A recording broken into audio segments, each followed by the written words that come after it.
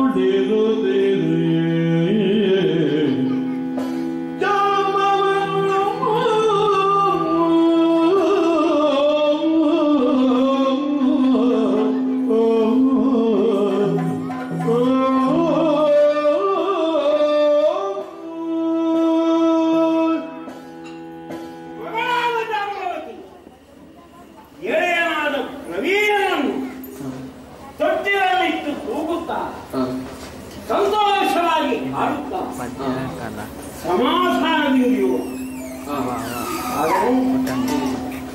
ಮಗು ಅಳುವುದನ್ನು ಕಂಡು ಸಹಿಸಲಾರ ಸಮಾಧಾನಪಡಿಸುವುದಕ್ಕೆ ಕಷ್ಟವಾದಾಗ ಅಪಾಯವನ್ನು ಮಾಡಲಿ ಅವಳು ಅರುತ್ತಿದ್ದಳು.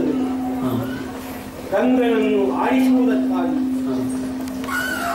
ಆ ತೊಟ್ಟಿಯ ಪಳ್ಳಿಗೆ ಪ್ರಭಾವವನ್ನು ನಿರ್ಮಾಣ ಮಾಡುವ ಈ ದಿವ್ಯ ಸಮಂತಗ್ರಸ್ತವನ್ನು ಬಂಧಿಸಿ ತೊಟ್ಟಿಲನ್ನು ತೂಗುತ್ತಾ ಮಣಿಯನ್ನು ನೋಡುತ್ತಾ ಸಂತೋಷವಾಗಿರು ಹೇಳಲಿ ಮಗಳ ಜೊತೆಯಲ್ಲಿ ಆನಂದದಿಂದ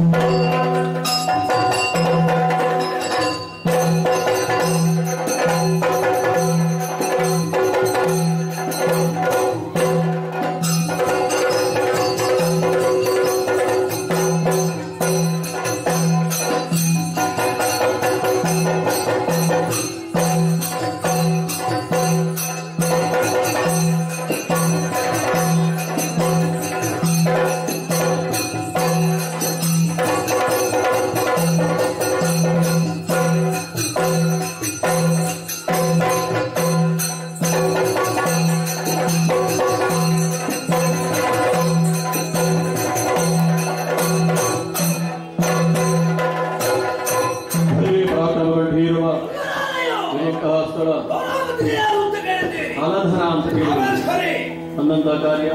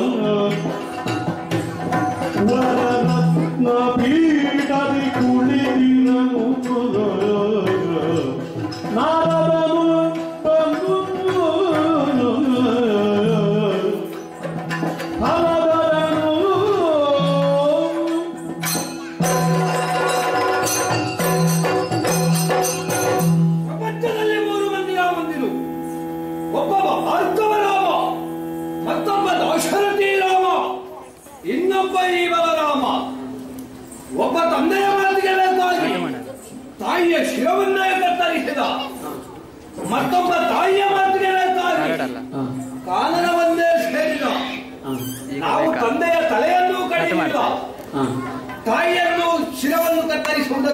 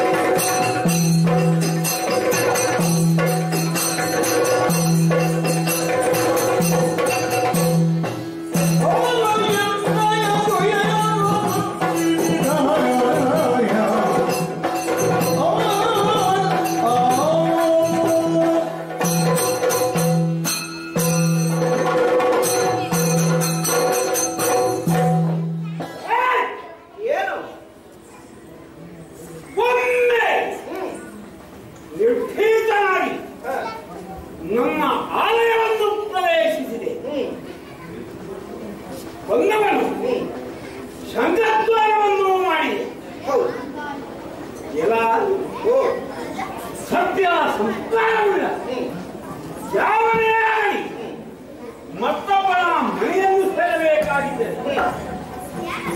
ವಿಚಾರಿಸಿಕೊಳ್ತಾರೆ. ಈ ಮನೆಗೆ ನಾನು ಬರಬಹುದೇ? ಒಳಗೆ ಬರುವುದು ನಿಮಗೆ ಸಮಾಧಾನವೇ?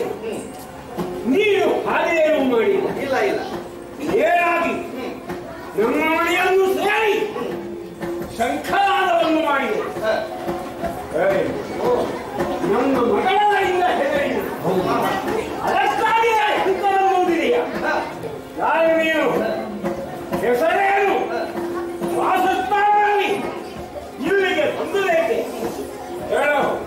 ನನ್ನ ಊರು ಬಹಳಷ್ಟು ದೂರ ಇದೆ.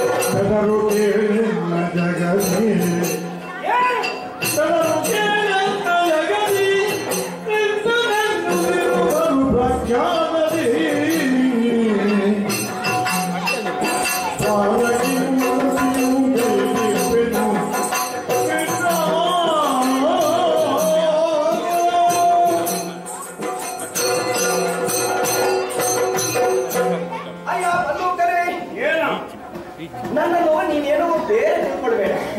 ನನ್ನ ಪರಿಚಯ ಧಾರಾಳವಾಗಿ ಹೇಳ್ತೀನ.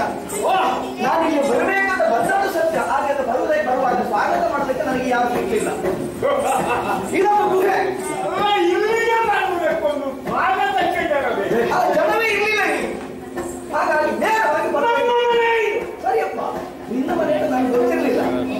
ನೇರವಾಗಿ ಒಳಗೆ ಬಂದೆ. ಬಂದು ನೋಡಿದ್ರೆ ನಿನ್ನ ಮಗಳು ನನಗೆ ಗೊತ್ತಿರಲಿಲ್ಲ. ಹಾಗೆ ಭಯಪಡಿಸಲಿಕ್ಕೆ ನಾನು ಮಾಡಿದ್ದೆ. ಯಾಕೆ ನಾನು ಬಂದಿದ್ದೇನೆ ಎಂದು ಗೊತ್ತಾಗಬೇಕು ಎಂಬುದಕ್ಕೆ ಶಂಕರಾದ ಮಾಡಿದ್ದು ಸತ್ಯ. ಆ ಮಗ ಧ್ವನಿಯನ್ನು ಕೇಳಿ ಕೇಳಿ ಶಬ್ದ ರೂಪವೇನು ಆ ಕಡೆಗೆ ನಾನು ಗಮನವನ್ನು ಹರಿಸಿದವು. ಅವರು ಹಾಡುವುದು ನನಗೆ ಕೇಳುವ ಖಾಲಿ ನಾನು ಹಾಗೇಳಿಲ್ಲ. ಹೇಳಿ ಸಂತೋಷ ಆಯಿತು. ಇದರ ಬೆನ್ನ ಹಿಂದೆ ಏನು ಅಂತ ಕೊಡ್ಬೇಕು ಅಂತ ಆ ಪ್ರತಿ ಹೆಚ್ಚಿತ್ತು. ಅದಕ್ಕೆ ಬೇಕಾದ ಮಾಡಿದ್ದೇನೆ. ಹೊರಗೆ ಬಂದಿದ್ದೇನೆ. ನನ್ನ ಊರಿಗೆ ಹತ್ತಿಯ ಏನು ದ್ವಾರಕೆ ಎಂಬ ಒಂದು ಪ್ರದೇಶ ಇದೆ. ಕಡಲ ಮಧ್ಯೆ ಸಾಗರ. ಆ ಸಾಗರದಲ್ಲಿ ಒಂದು ಮನೆ ಮಾಡಿದ್ದೇನೆ. ನಡುವೆ ಊರನ್ನು ಕಟ್ಟಿ ವಾಸ ಮಾಡುತ್ತಿರುವ ಯಾವ ಕಾಲದಲ್ಲಿ ಅಂತ ಬರಬೇಕಿನ ಕಾರಣ ಇದೆ. ನನ್ನ ಅಪ್ಪನ ಹೆಸರು ವಸುದೇವ. ನೀನು ವಸುದೇವನ ಮಗ. ನಿನ್ನ ಹೆಸರು? ನನ್ನ ಮನೆಯ ನಿನ್ನ ಅಲ್ಲ, ನಾನು ಏನು ನಿನ್ನ ಹೇಳೋಣ.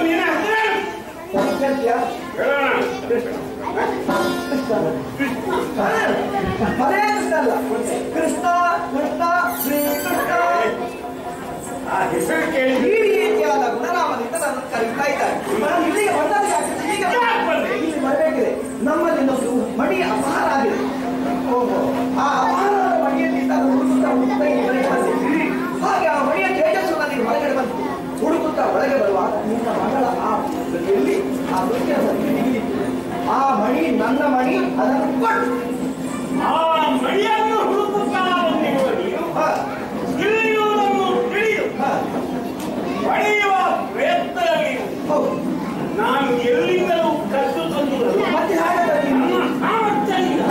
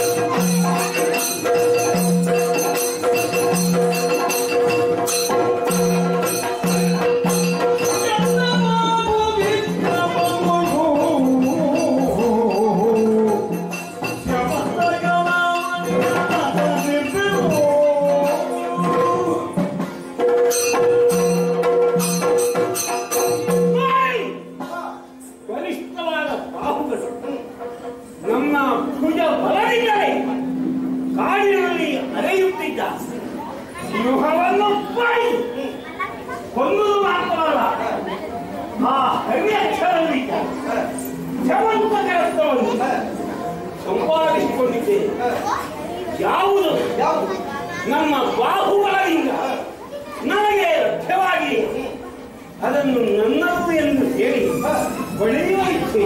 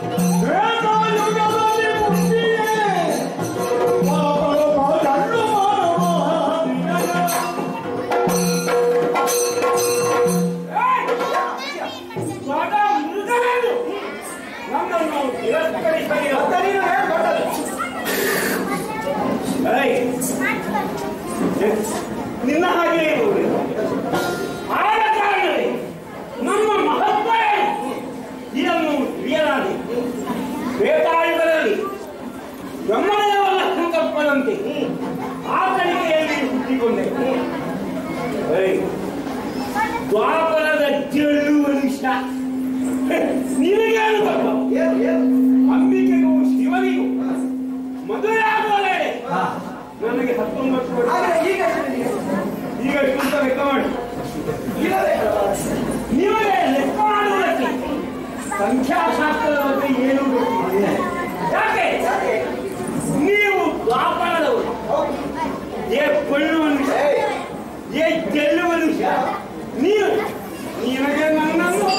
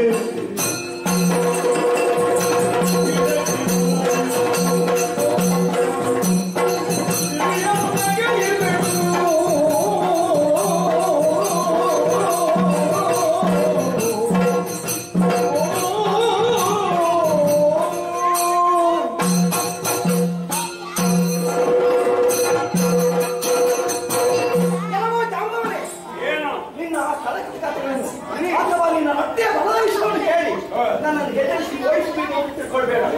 ನಾನೇನು ಸಾಮಾನ್ಯ ಅಂತ ತಿಳ್ಕೊಂಡಿದ್ಯಾ? ನನ್ನ ಚರಿತ್ರೆ ಕೇಳು. ಅದೇನು ಸರಿಯಾಗಿ ಕೇಳು. ನನ್ನ ದೇವನ ಕತೆ ಅದು ಹೀರಿಯಾಗಿ ಈಗ ಪರಿಣಾಮಗೊಂಡಿದೆ. ಗೋವರ್ಧನ ಪರ್ವತ ನಿಮ್ಮಂತ ಪರ್ವತವನ್ನಿತ್ತು. ಆ ಪರ್ವತವನ್ನು ಪರ್ವತ ಉಂಟು ಇತ್ತು. ಆ ಪರ್ವತವನ್ನು ಹೌದು. ಆ ಪರ್ವತ ಪೂಜೆ ಮಾಡೋದಕ್ಕೆ ಮೊದಲು ನಿನ್ನ ಪೂಜೆ ಅವರೆಲ್ಲ ಶೇಖರಣೆ ಮಾಡ್ತಾ ಇದ್ವಿ.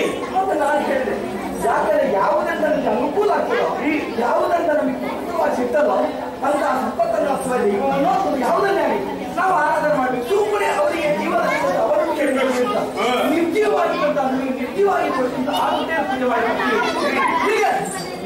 ಹೀಗೆ ನಾನು ಹೇಳಿದ್ದು ಇಂಥವರಿಗೆ ನಮ್ಮ ಗೋಪಾಲಕರಿಗೆ ನೀವು ಗೋವರ್ಧನ ಪೂಜೆಯನ್ನು ಮಾಡಬೇಕು. ಇದನ್ನು ತಿಳಿದಂತಹ ದೇವೇಂದ್ರ ಮಕ್ಕಳಿಗೆ ಎಲ್ಲರೂ ಚಂದಾಗಿ ಶಿಕ್ಷುವಂತವರಿಗೆ ದೇವೇಂದ್ರನಿಗೆ ದೇವೇಂದ್ರ ಪ್ರಾಣ ಸಿಟ್ಟು ಬರುವುದು ಮಾತ್ರ ಅಲ್ಲ, ಈ ಮಕ್ಕಳ ಹೊಳೆಯಾಗಿ ಹೋಯಿತು. ಒಂದು ದಿವಸದ ಮತ್ತೆ 2 ದಿವಸ ಎಡಬಿಡದ 7 ದಿವಸ ಮಳೆ ಬರ್ತದೆ. ಅಲ್ಲಿಗೆ ಬಂದಂತ 7 ದಿವಸ ಅಷ್ಟೇ. ಆ ಸಂದರ್ಭ ಗೋಪಾಲ ವಿಷಯ ಅಲ್ಲ, ಕೊಚ್ಚಿಕೊಂಡು ಹೋಗುವಂತ ಸಂದರ್ಭ ಬಂದಾಗ ನಾನು ಏನು ಮಾಡಿದೆ ಗೊತ್ತಾ? ಆ ಗೋವರ್ಧನ ಪರ್ವತ ಹಿಡಿದೆ, ಕೊಡೆಯ ರೂಪದಲ್ಲಿ ಹಿಡಿದು ಗೋವು ಗೋಪಾಲಕನ್ನು ಕಾಪಾಡುವಂತ ಮಹಾನುಭಾವ ಆ ಪರ್ವತದ ಬುಡದಲ್ಲಿ ಗುಹೆ ಗುಹೆಯಿಲ್ಲ. ಗುಹೆಯಾಗೆ ಹೋದ ನೀನು ಅದನ್ನು ಬೇಡಿಂದ ಎತ್ತಿನ ಹಾಗೆ ಅಭಿನಯ ಮಾಡಿ ಇಲ್ಲವಾಗ ಯಾರೋ ಚಿತ್ರಕಾರ ಚಿತ್ರ ನಿನ್ನನ್ನು ಗೋವರ್ಧನ ಯಾರು ಹೇಳಿದ್ದು? ದೇವೇಂದ್ರನೇ ಬಂದು ಹೇಳಿ ನೀನು ಗೋವಿಂದ ಹೇಳಿ ಗೋವಿಂದ ಗೋವಿಂದ ವೈಭವ ಮಾಡಿದ್ದು ದೇವೇಂದ್ರ ಮಾಡಿ. ಮತ್ತೆ ಗೋವಿಂದ ವೈಭವದ ವಿಷಯ ನಿನಗೆ ಗೊತ್ತು. ಗೋವರ್ಧನ ಎಂದರೆ ಪುರಾತನ ಅಲ್ಲ, ಮೇರುಗಿರಿಯನ್ನು ಅಲಕ್ಷಿಸುವಂತಹ ನಿನಗೆ ಗೋವರ್ಧನ ಮಹತ್ತಕ್ಕಾಗಿ ಕಂಡಿರಲಿ. ಅದಕ್ಕಿಂತ ವಿಶೇಷವಾದ ಕೃಷ್ಣ ಅಲ್ಲ, ಕಿಟ್ಟ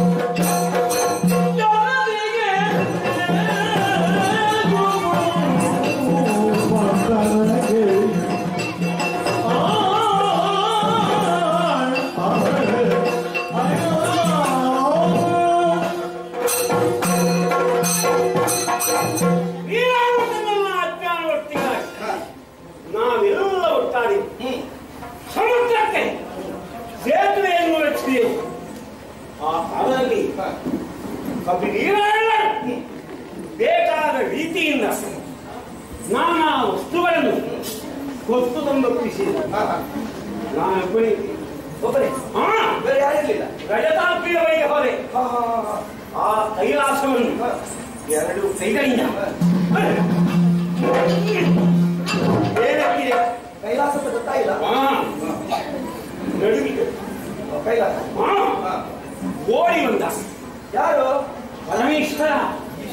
ಹೌದು, ಒಬ್ಬರವನ್ನ ಅವನ ಹೆಂಡತಿ, ಅವನ ಮಕ್ಕಳು ಒಟ್ಟಿಗೆ ಯಾರನ್ನೆಲ್ಲ ಒಟ್ಟಾಗ ನನ್ನ ಇದ್ರು ನೀನು ಏನ್ ಮಾಡ್ತೀಯಪ್ಪ? ಹುಡುಗ ನಿನಗೇನು ಕೆಲಸ?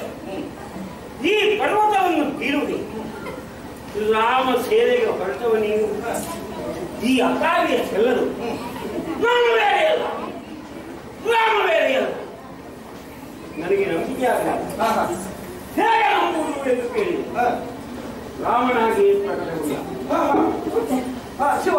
ಆಗ ಶಿವರಾಮ ಎಂದರೆ ಇದ್ರಿಲ್ಲ ಒಬ್ಬರು ಇದ್ದೇವೆ.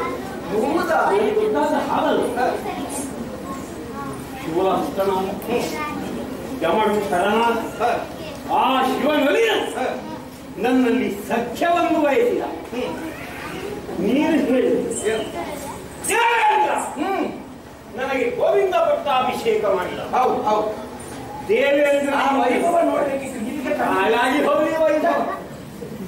ಅದಕ್ಕಿಂತ ದೇವೇಂದ್ರನಿಗಿಂತ ದೊಡ್ಡವನು ಪರಮೇಶ್ವರ. ಅವನನ್ನು ಸ್ನೇಹಿತನನ್ನಾಗಿ ಪಡೆದ ನನಗೆ ದೇವೇಂದ್ರನ ಕರ್ಣ ಇದ್ದರೆ ಅದೇನು ಮಹತ್ವ? ನಿನ್ನ ಮಹತ್ವ ನಾನು ವಾಸಿ ಮಾಡಿಕೊಡ್ತೇನೆ.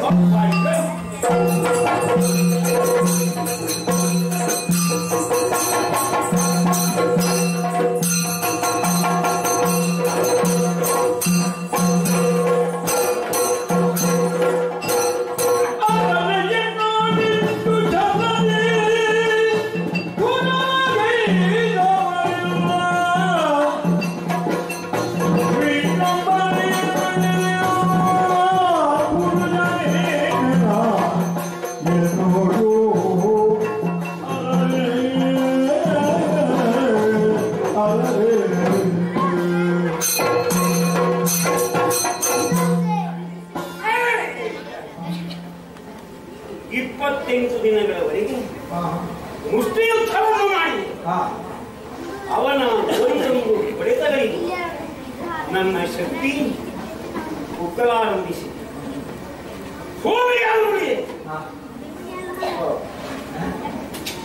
ಆಯಾಸದಿಂದ ಕಣ್ಣುತ್ತಿದ ನಾನು ಸಾವರಿಸಿಕೊಂಡು ಕಣ್ತೆರೆದವು.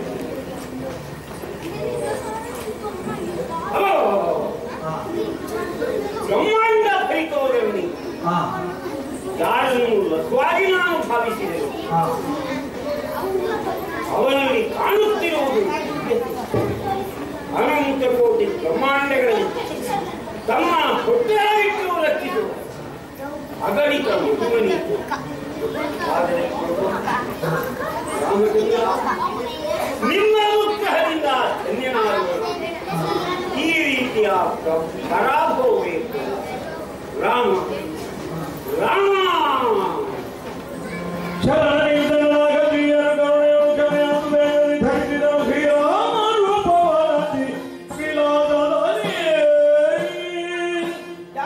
ಯಾವ ಕಾಲಕ್ಕೂ ಸೋಲನ್ನು ಒಪ್ಪಿಕೊಂಡವನ ಸೋಲು ಬಂದದ್ದೂ ಇಲ್ಲ.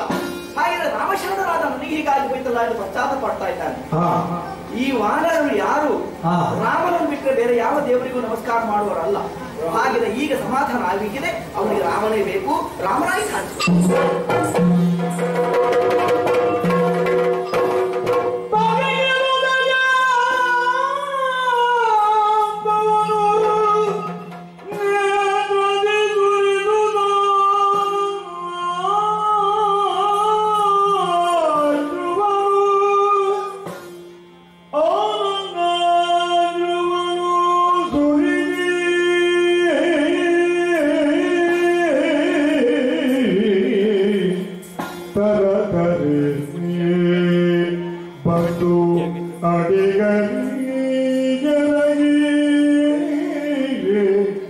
ಕರಗಳ ಮುಗಿದು ದೈನ್ಯನೇ ರಾಮ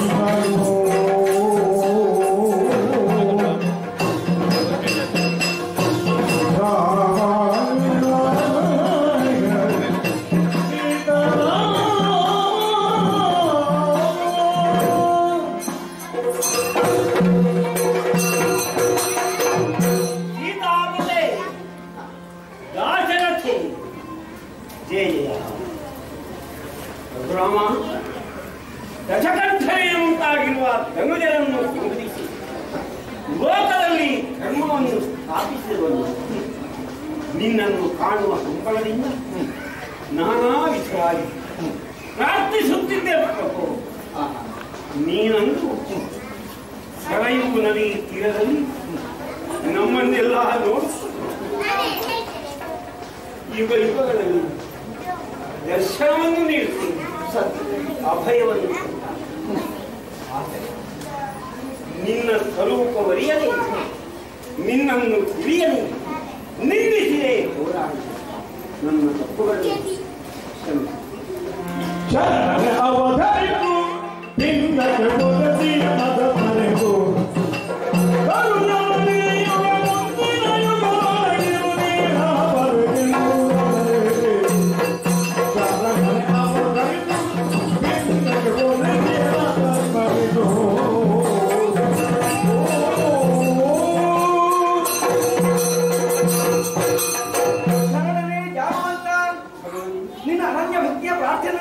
ಸಂತೋಷವಾಯಿತು.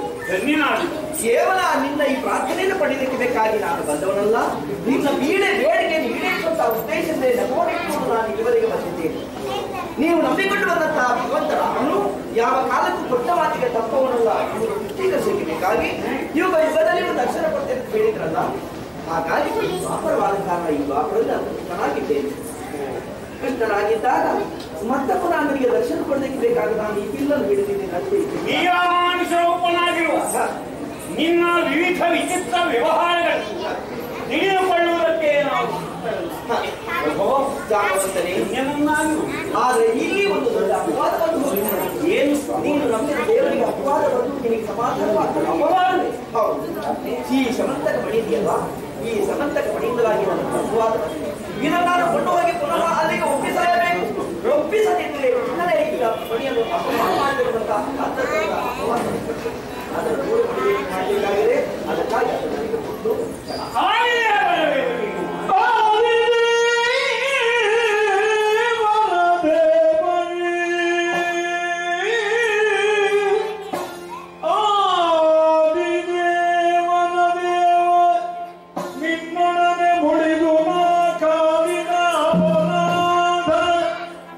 ನಿನ್ನೊಡನೆ ಮುಡಿದು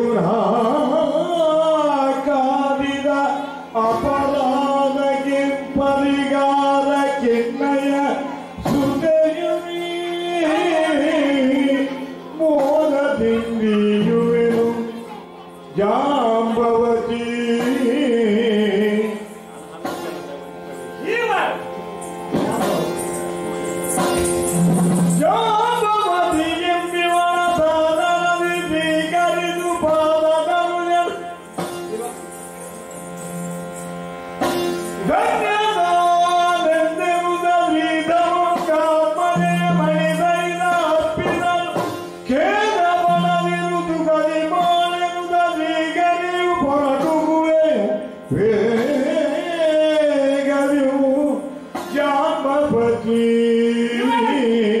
ಇವರೇ ಜಾಂಬವತಿ ಎಂಬಿವಳನಿ ಪರಿಕೈದು.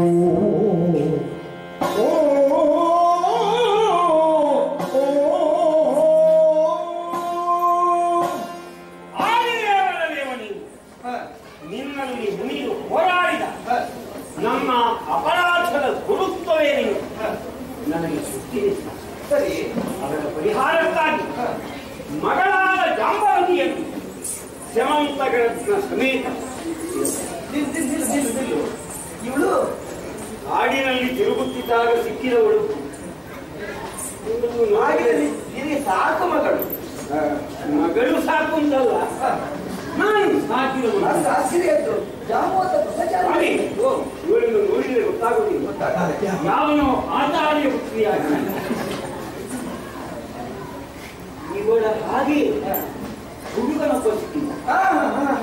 ರವೀರ ಎಂಬವರಿಗೆ ಹೆಸರನ್ನಿಟ್ಟು ಮರದ ಆ ನೆರಳಲ್ಲಿ ಬೆಳೆದವ. ಅವನು ಸಾಧಿಕೊಂಡವಳು. ಆದುದರಿಂದ ಆ ಮಗುವಿನ ಸಮೇತ ರಕ್ತವನ್ನು ಹಿಡಿದುಕೊಂಡು ನಿನ್ನ ಜೊತೆಯಲ್ಲಿ ಜಾಂಬವತಿ ಕಲ್ಯಾಣ ಹೀಗಾಗಬೇಕು ಎಂಬುದು ನಿನ್ನ ಸಂಕಲ್ಪವಾದರೆ ಅದನ್ನು ನೀಡುವುದಕ್ಕೆ ನಾನು ಹೆಸರವರು ಮಗಳನ್ನು ಪ್ರತಿകരിಸಿದೆ. ನನ್ನನ್ನು ಧನ್ಯವನ್ನಾಗಿ ಮಾಡಿ ಅನುಗ್ರಹಿ. ಒಂದು ಸಲ ನಮ್ಮ ಊರಿಗೆ ಬಾವ, ನನ್ನ ಅಣ್ಣನಿಗೆ ನಿನ್ನ ಪರಿಚಯ ಮಾಡಿಕೊಡ್ತೇನೆ. ಅಣ್ಣನ ಪರಿಚಯ ಮಾಡುವುದು ಹುಡುಗರೆಲ್ಲ ಕಲುರಿ ಸಾಕು. ಏನಾಗ್ತದೆ, ನಮ್ಮವರು ಹುಡುಗರು ಒಳ್ಳೆ ಹುಡುಗರು ಅವರೆಲ್ಲ. ಹುಡುಗರನ್ನು ನಾನಿದ್ದೇನಲ್ಲ, ನಾನೆಲ್ಲ ಹೋಗ್ಬೇಕಾದ್ರೆ ನೀನು ಕಷ್ಟ ಆಗಿತ್ತು. ಕರ್ತೇನೆ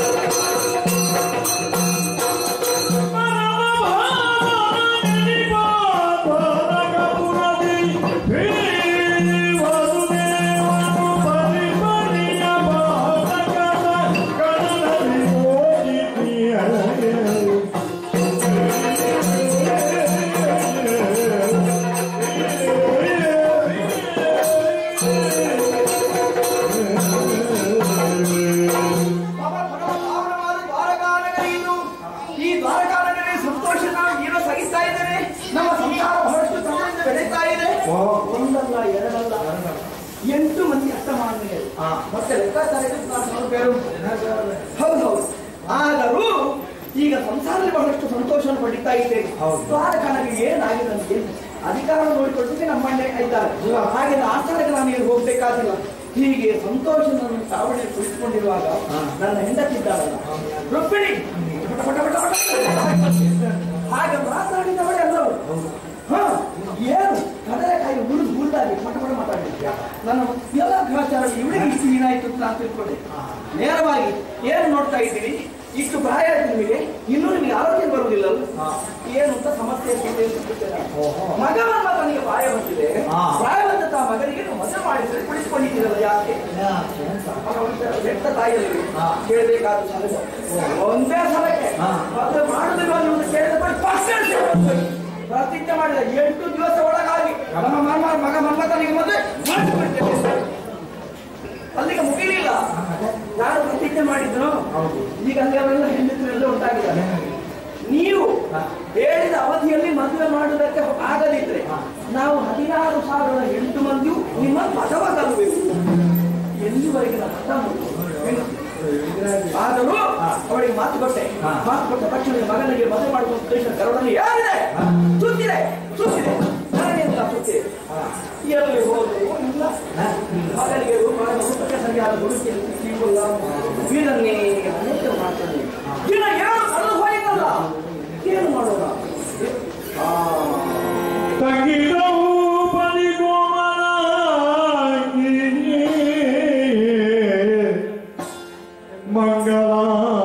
ಮಂಗಲಾತ್ಮಕೆ ಮಧುರ ಭಾಗಿನಿ ಸಂಗೀತವು ಪರಿ ಮಂಗಳಾಗಿ ಮಧುರ ಭಾಗಿನಿ ದ್ರೌಪದಿ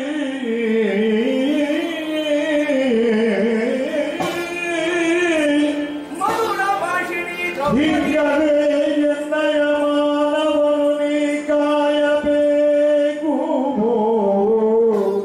ಹಿಂಗನನ್ನಯ ಮನ ಕಾವಬೇಕು.